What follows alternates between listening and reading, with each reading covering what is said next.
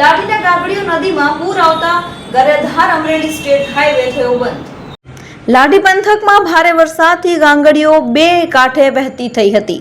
લીલિયાના ભેસાણ ગામે ગાગડીયા નદીના પાણી ભરાયા હતા। ભેસાણ ગામે નીચાણવાળા વિસ્તારોમાં પાણી ભરાયા હતા। 10 થી 15 મકાનો જે નીચાણવાળા છે તેમાં ગાગડીયા નદીના પાણી ભરાયા હતા। ભેસાણ ગામમાં ઘરવખરી પાણીમાં તણાઈ ગઈ હતી। ભારે વરસાદથી ભારે નુકસાન થયું હતું। લાઠીના ગાગડીયો નદીમાં પૂર આવતા ગારિયાધાર અમરેલી સ્ટેટ હાઈવે બંધ થયો હતો। નાના લીલિયા ચોકડી અને ક્રાંકંચ ગામ વચ્ચે રોડ ઉપર ગાગડીયો નદીના પાણી ફરી વળ્યા હતા।